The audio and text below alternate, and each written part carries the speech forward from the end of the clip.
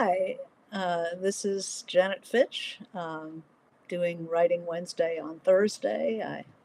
I had something going on yesterday, had to postpone, but it is noon on Thursday, 3 o'clock Eastern, and I'm Janet Fitch, and that means this is Writing Wednesday-ish, where I answer your writing questions. You can ask me questions about craft, about the writer's life, anything that's on your writerish mind.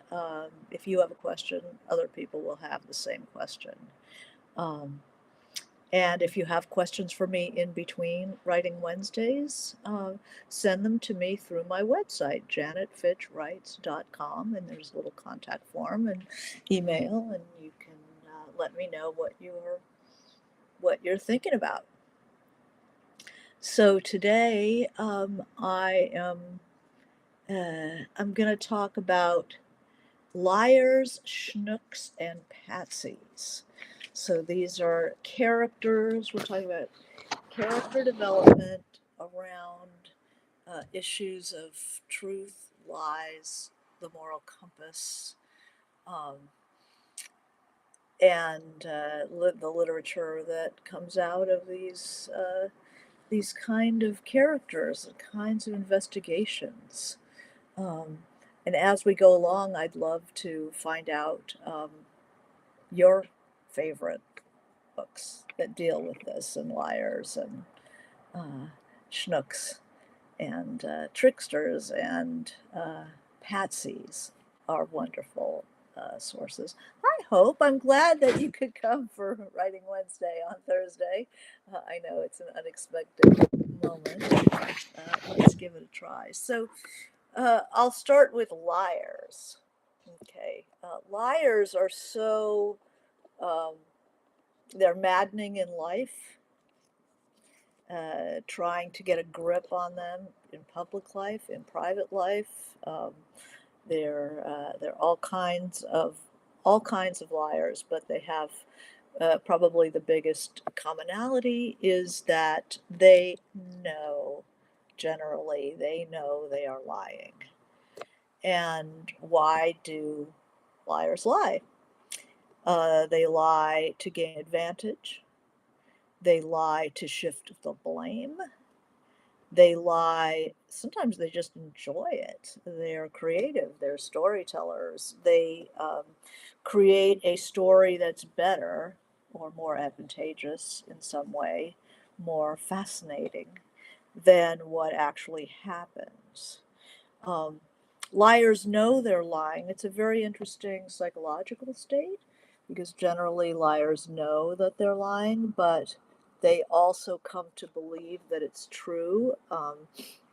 If one has ever uh, gone through a phase of lying, maybe as a child or even recently, you have to keep track of your lies. You have to remember what you told this person, this person, this person, because it's a really good way of getting trapped. Is when you've told one person, something about yourself, and you've told this person something very different, and then, God forbid, they interact. But wonderful stuff for fiction. Um, they they always they often half believe their lies. The fantasist part of liars. You can think of it as sometimes some of them are sort of magical thinkers, and we can't imagine who that might be. That they think if it comes out of their mouth that somehow magically it is true. It becomes true. It becomes reality because they said it. And sometimes they even forgot they said it. That just becomes just like, yeah, yeah. There was a John Lovitz character, I think, on Saturday Night Live who was a terrific liar. I forgot the name of the character, who just whatever he said, he'd go like, yeah, that's the ticket, and then started talking as if that was the truth. So they seize on it, and in their minds, what is at first imagined to them becomes real. So they're very effective liars, but it's a wonderful horrific trait in life, but a very interesting trait on the page because you know, we've been there, we've known people like that, we've been people like that, perhaps, and we've been the victim of people like that, or we've been sucked in by people like that. So here we're going to make an order of liars and then schnooks and patsies, and then trickster sort of fits in there in an interesting way. So um, liars are often covering shame. There was a kid in my elementary school. A lot of this goes back, way back, um, who claimed to be, he had a distinctly Ukrainian name, um, and he claimed to be Paul McCartney's cousin. Now, what the hell is that about? You know, I mean, pick the least likely person that is your cousin that you go around the playground saying that you're Paul McCartney's cousin. Um, and he did not realize how blatantly false his statement appears to others. So most liars don't think other people are very intelligent. They tend to feel that you know, they're smarter than the average bear. That's a commonality to liars. Um, Career liars. Hi, Meredith. Good to see you. Paul McCartney. Yeah, his last name was Grushenko. Yeah.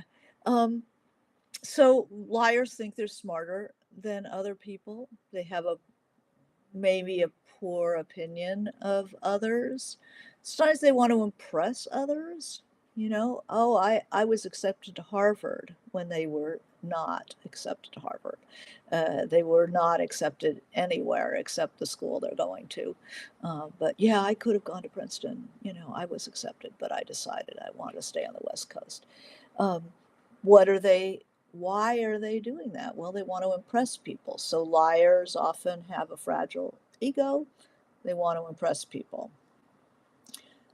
They want to be in a situation. Yeah, Hope says this is like a psychology lecture. Well, it's when we're dealing with character, it is always, we're talking about human psychology and trying to be as um, sharp in observation as we can be and understanding what it is we're seeing in human behavior. So often they're covering shame. If they feel like everybody's talking about their trip to Europe, and somebody who has not been to Europe will say, "Oh yeah, I just spent all my time in Paris when I was in Europe," and it's like interesting. So they're covering a shame that they have not been anywhere, rather than just simply saying, "God, I can't wait till it's my turn." They're too ashamed to reveal who they are. Um, so liars are often impersonators. They're impersonating the person they want to be without really trying to be that person. Yeah, I've been hang gliding. Well, but they don't go hang gliding. Um, you see that a lot with people. When I live in Colorado, I used to see that all the time of people who would inflate their skiing ability. And as somebody who had to learn to ski because I was living in Colorado, I never really liked it. But I always, tried to, what do they say, under promise, overperform. I always try to say, I'm not that good a skier. And then, turns out, hey, whatever, I can certainly hold my own. But you see these people who, oh, yeah, so great, ski the blacks and blah, blah, blah. And they get on the slope and they completely are out of their depth. It's dangerous. They have to get the ski patrol to come get them down off the slope. Um, but that's an interesting person, a person who feels that they have to do that. It's liars generally do have a moral compass. They do know that they're lying until they've done it. And then many people believe that just because it came out of their mouth, and after, 30 seconds, they're believing it just as much as anybody else. That's like the fantasist side of this. A really good liar, can convince themselves that it's true.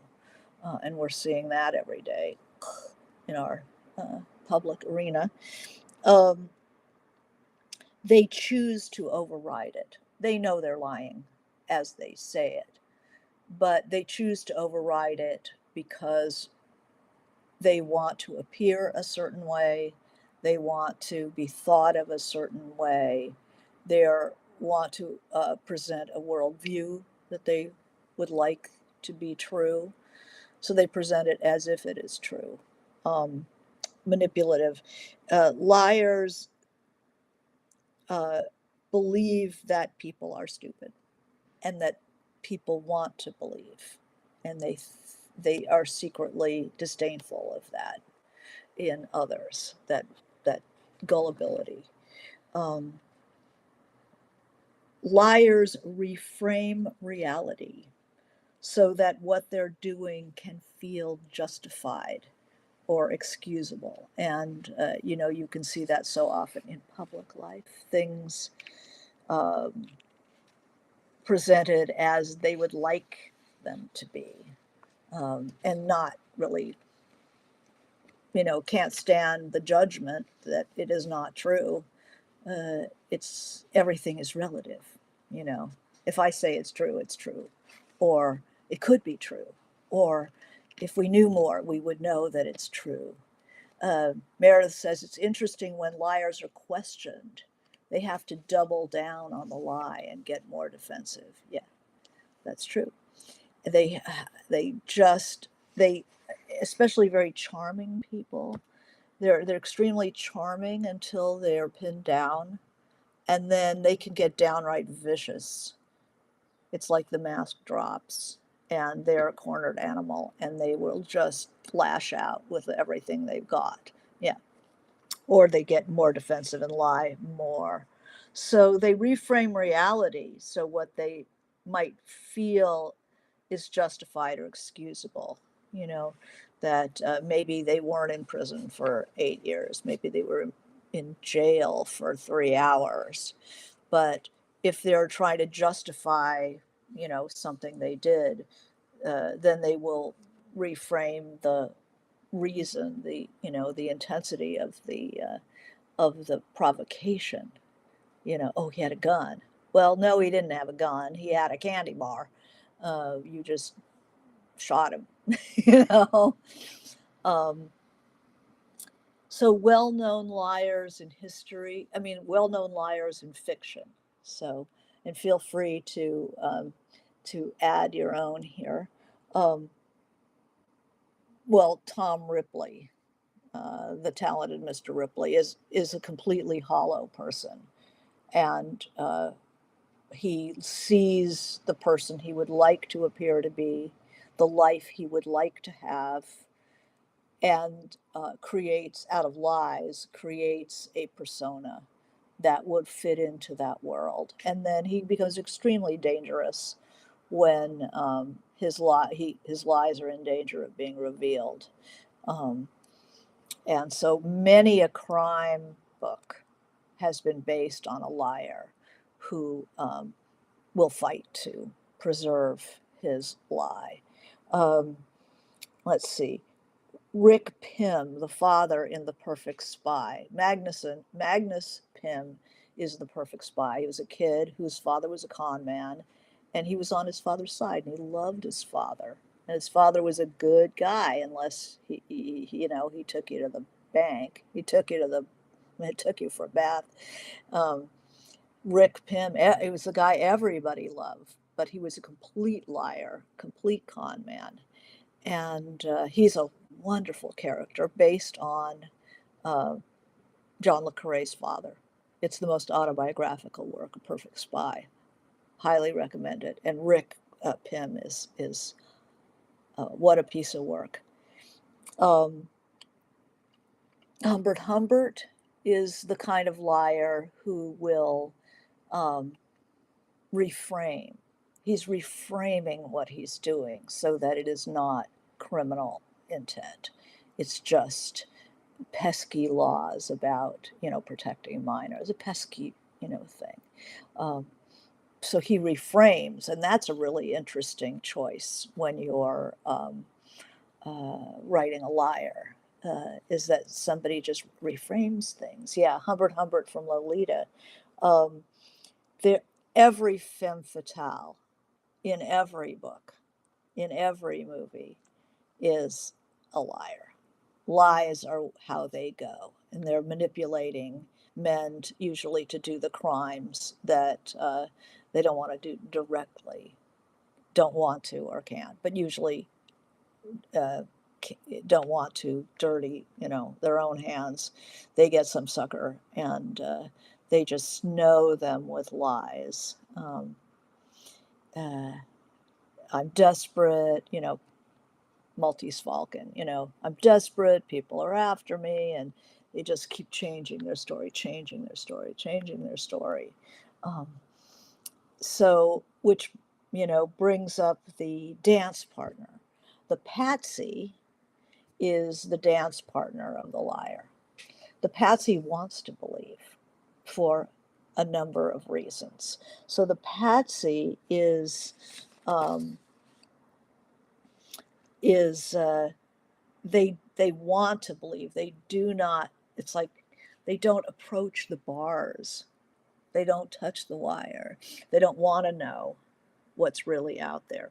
So you see women who are with men who a more suspicious person would have every red flag in the world, but they are so enamored. Anybody had a friend like this? Anybody been like this? You're so enamored of that person that you don't poke around behind the curtain. Um, and a patsy can go two ways. A patsy can either, just like the liar doubles down, Meredith was saying, the liar doubles down when questioned. Patsy can double down if, you know, your guru has been caught with the hand in the till, the husband who's been molesting your child. Um, there are a lot of different kinds of patsies. Your husband has been cheating, after all. Um, there are two ways that a character who is the patsy can go. They can either choose to open their eyes and realize what has happened and about face and and cope directly with the situation, or they can close their eyes and double down. And so that's an interesting dance.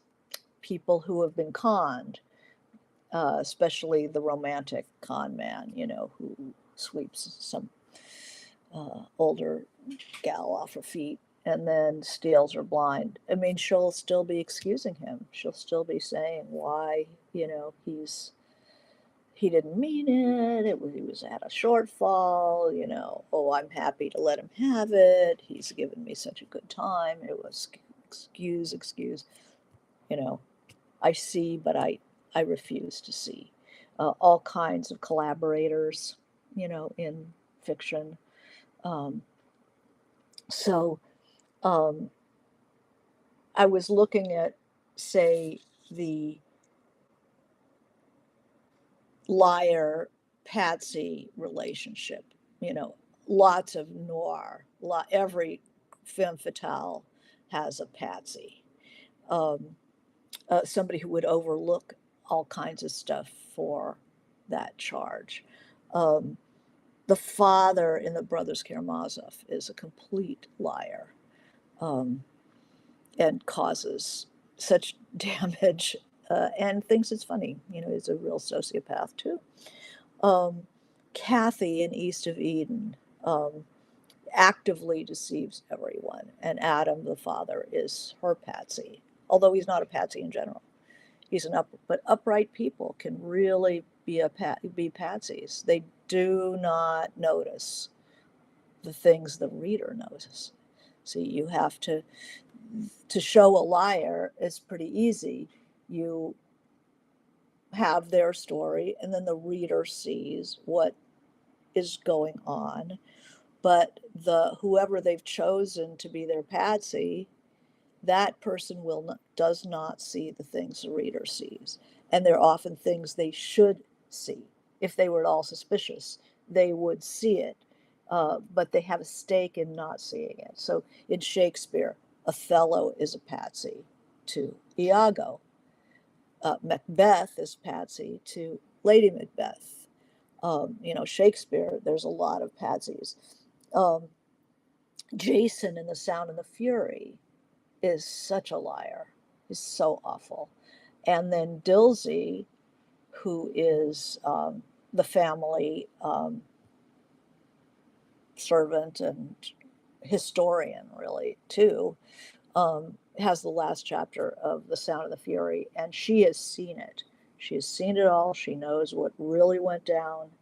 And so we despise this guy so much, but he is internally consistent in his lies. His worldview is very strong, and he sees it the way he sees it.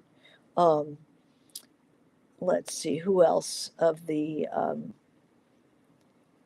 Alden Pyle in The Quiet American is a lot of Graham Greene, like a lot of crime, a lot of noir, and Greene, especially the liars in Greene. So Pym uh, is somebody, an American in Vietnam, who claims he is an aid worker, but he's actually CIA. And he is Fowler, who is our point of view character, Brit.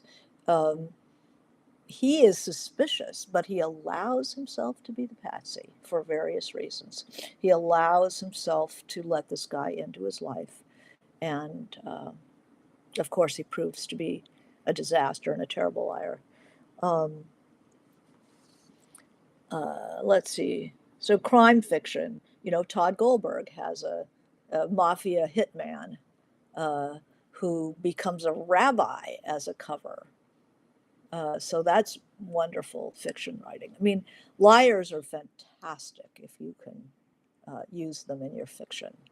The vacuum cleaner diagrams in Our Man in Havana, yes, so more Greene. Greene really always works that moral line. Um, Breaking Bad, Walter White in Breaking Bad is lying to everybody. He's terrified of being exposed.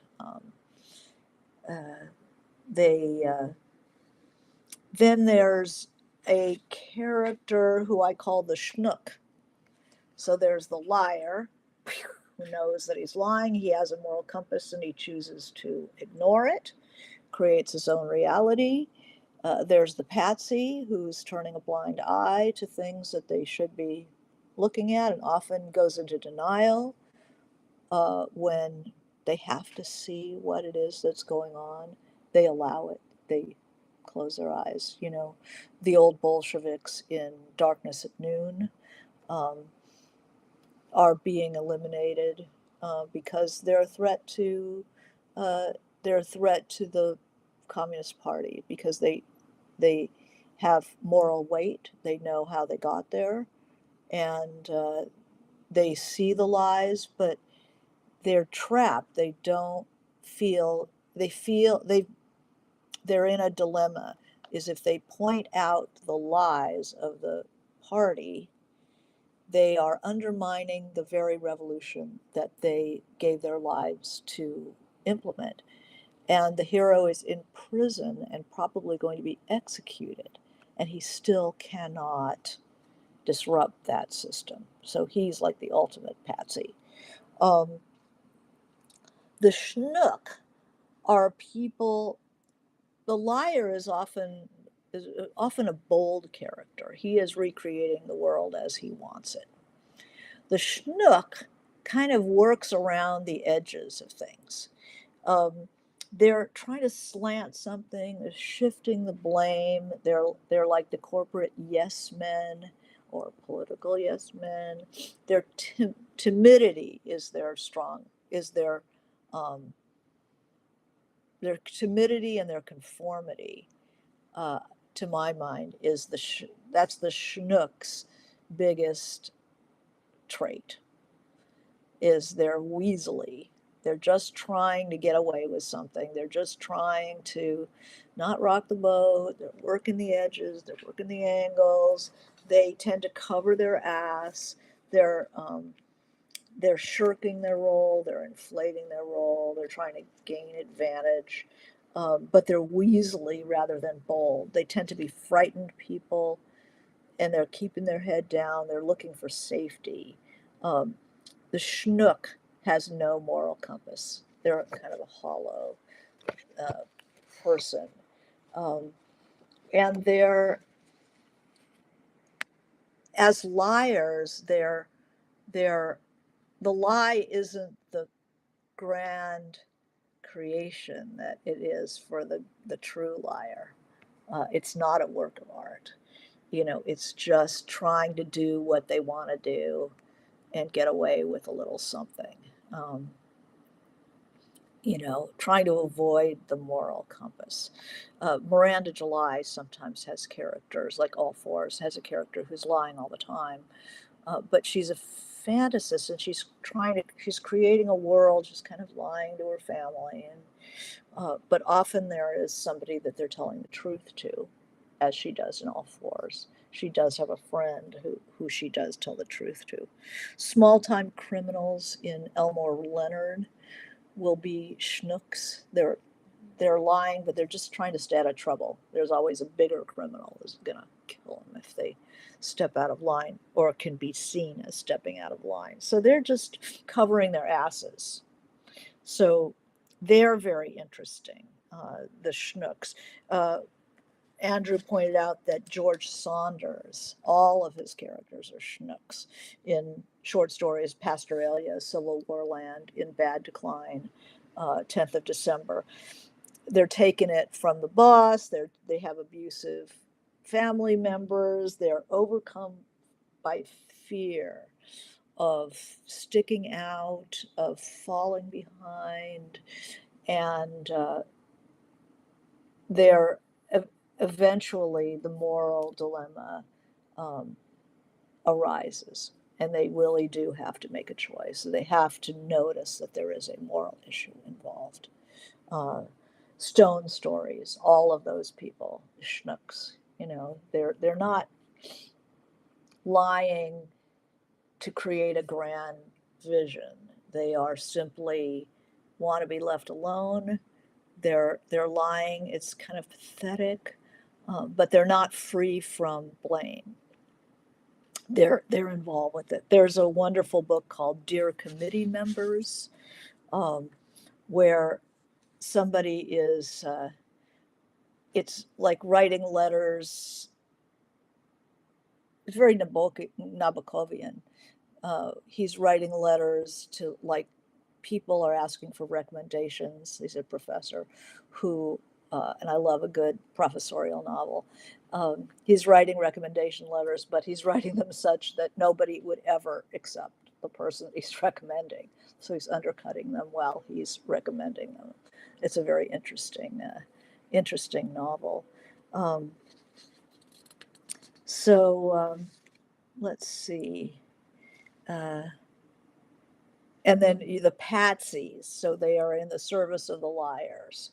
So Patsies, for instance, the film Double Indemnity, um, is a femme fatale, Barbara Stanwyck, who's using Fred McMurray as her Patsy.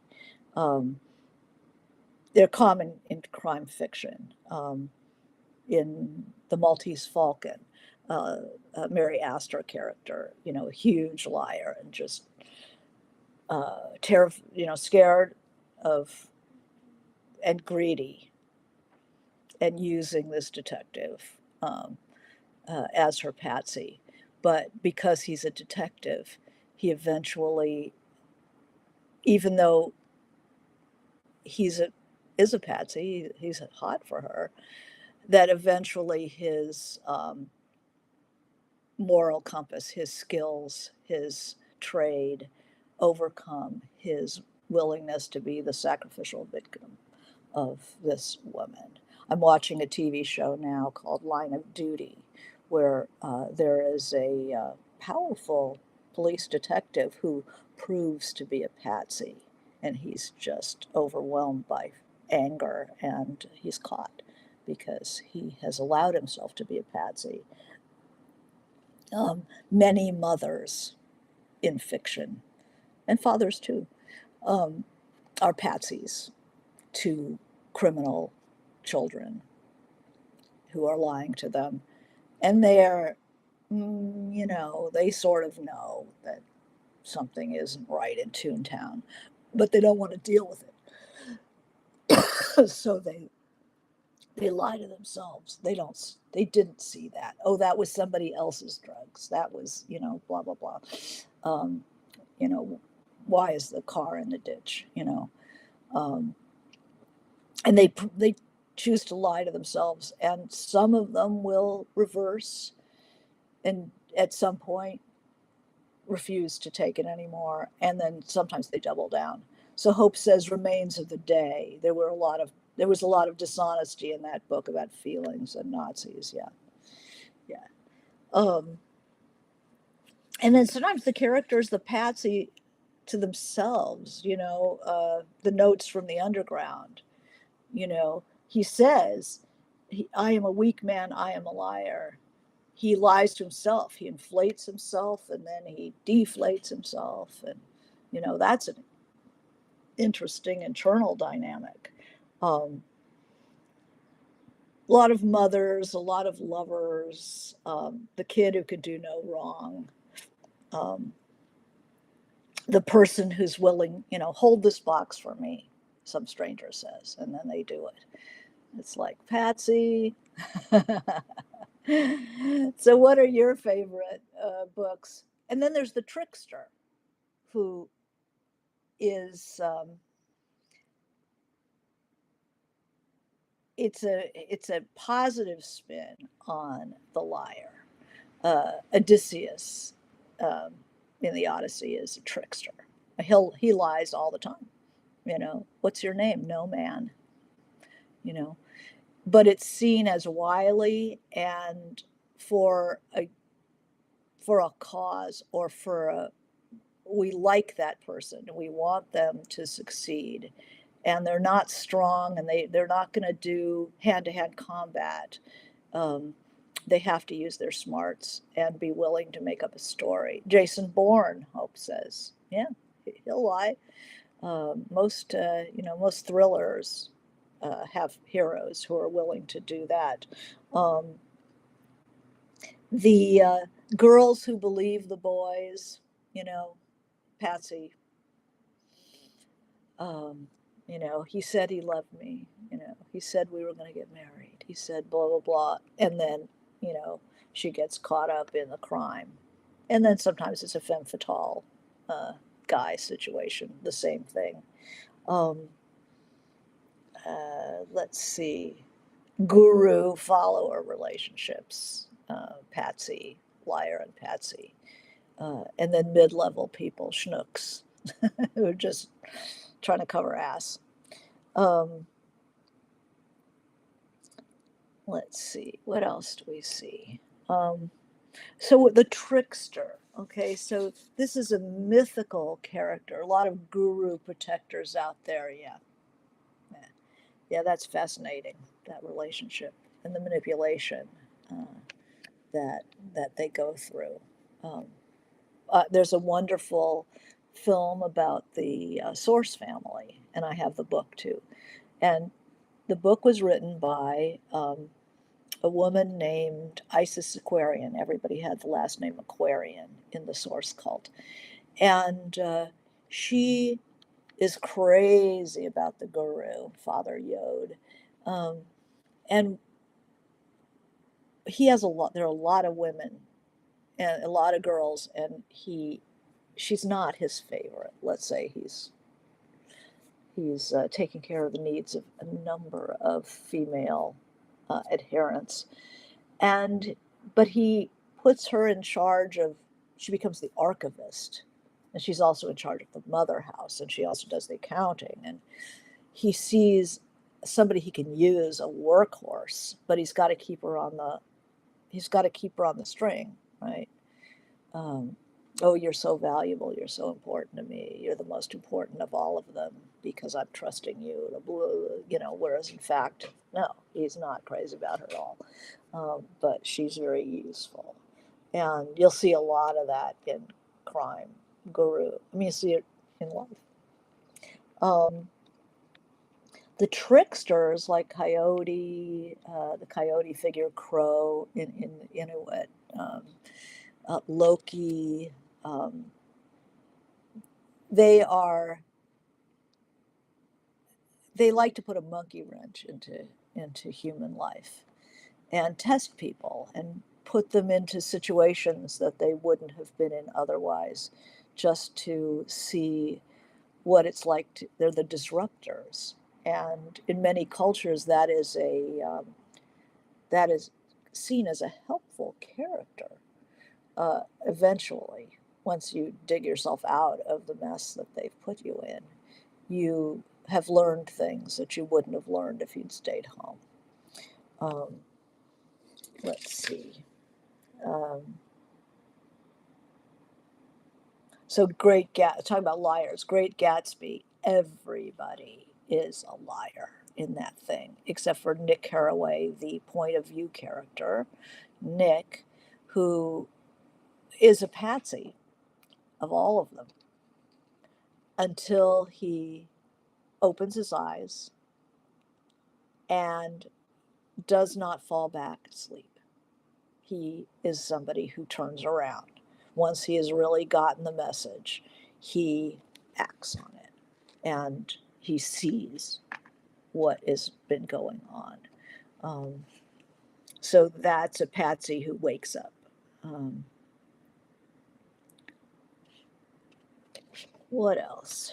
What favorite what favorite books do you have that have liars? Harry Lime in The Third Man. So here I am, green, green, green. It's green, green, it's green, they say. I love Graham Greene. I love John Le Carre because they really get this dynamic, and it is fascinating, absolutely fascinating. Um,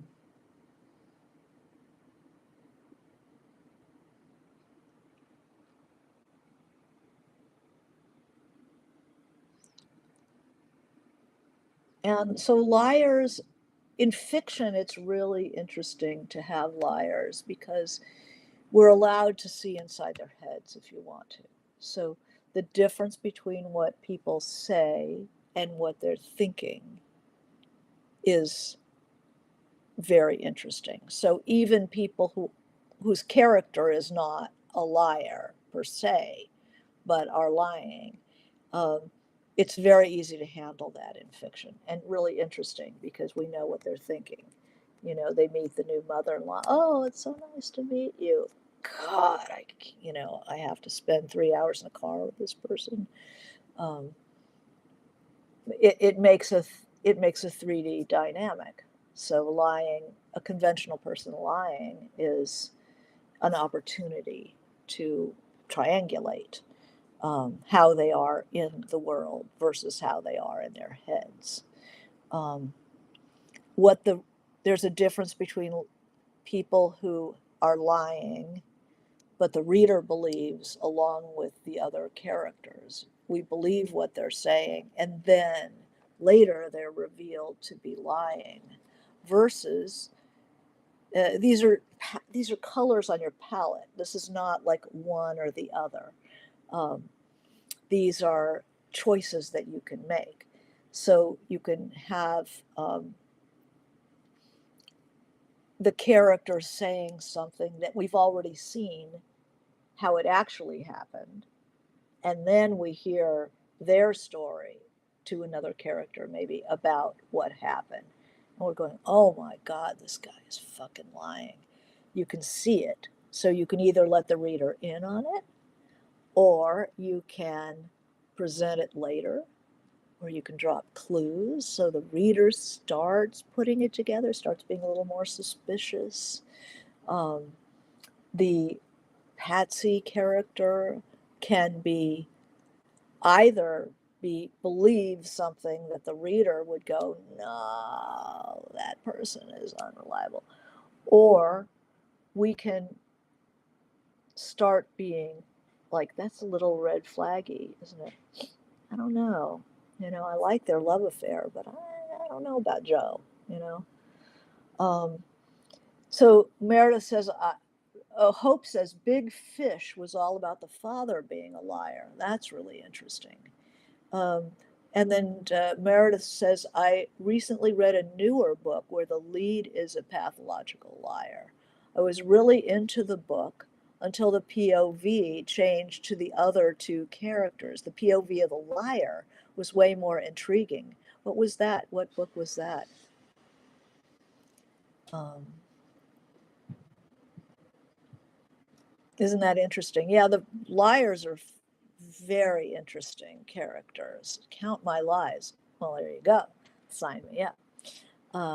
The femme fatale, I always like the femme fatale. Um, people who have then there's like the gray area, because everybody has their point of view, where they have always told themselves a story that goes a certain way, and then new evidence emerges to show, oh, you know what, I've always told that story, but that's not what happened. That's I have incidents like that in the book that I'm writing, because I think it's so interesting in life when something you've always believed is true turns out to be completely different. Um, it's a shocker. And then you look back and you think about, the character can look back and start thinking, oh, that my sister, you know, uh, oh, that she was my mother and my grandmother. The woman I thought was my mother was my grandmother. And then you play off of that. That's a really interesting type of story. Family lies. Family lies are really good in fiction. It's not what we want in our lives. Um, but yeah, in crime fiction, but even in straight fiction, to have a liar, it's just tools, and a good person can have those tools as well. You know, you see a kid being forced to the wall by, an overbearing parent, where they might normally have told the truth, but the way they're being interrogated, they are forced to lie. And that can be the birth of a liar, because these children they lie to defend themselves. There's nobody they're going to be punished if they tell the truth, which is how you train a liar, is you punish people for the truth. Um, let's see, what other Patsies. There's a book by Lauren Groff called Fates and Furies that is a he said, she said book, where the first half of the book, it doesn't go back and forth. First half of the book is the husband's point of view of events. And then the second half is the wife's point of view of events. And it's clear that, no spoiler, maybe, it's clear that the wife is a liar and the husband is a patsy. He thinks he's the hero of the story, which is really interesting, and comments on gender relationships. Meredith says Liz Nugent's Lying in Wait has a great patsy. Yeah. Body Heat. I mean, all the noirs. It's just patsy, patsy, patsy. Um, one of my favorite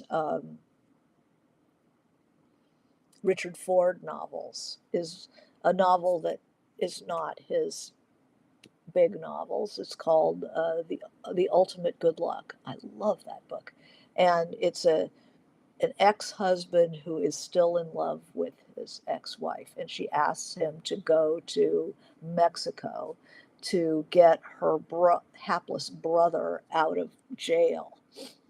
And because he's still in love with her, there's a classic femme fatale story, and it doesn't go very well. Gone Girl. There you go. Yeah, you know, crime thrillers, spy novels um, have their liars. Gollum, in fantasy. Um, and it really offers a lot of opportunity for character development in straight fiction. Uh, I highly recommend even using it on characters who are otherwise reliable. You know, force them to tell a lie, or have somebody tell them a lie, and then how do they respond to it? Um, so anyway, we've reached the end of our Writing Wednesday, and I urge you to check out some of these books and think about people who want to believe and why. Why do they want to believe a liar? Why do they override their what would be normal suspicion? Um, yeah, very interesting. Okay, well, I wish you good writing, and I'll be here next Wednesday for Writing Wednesday on Wednesday. And please, in the meantime, send me questions. I would love to base a Writing Wednesday on your question. All righty, thank you. Okay, bye.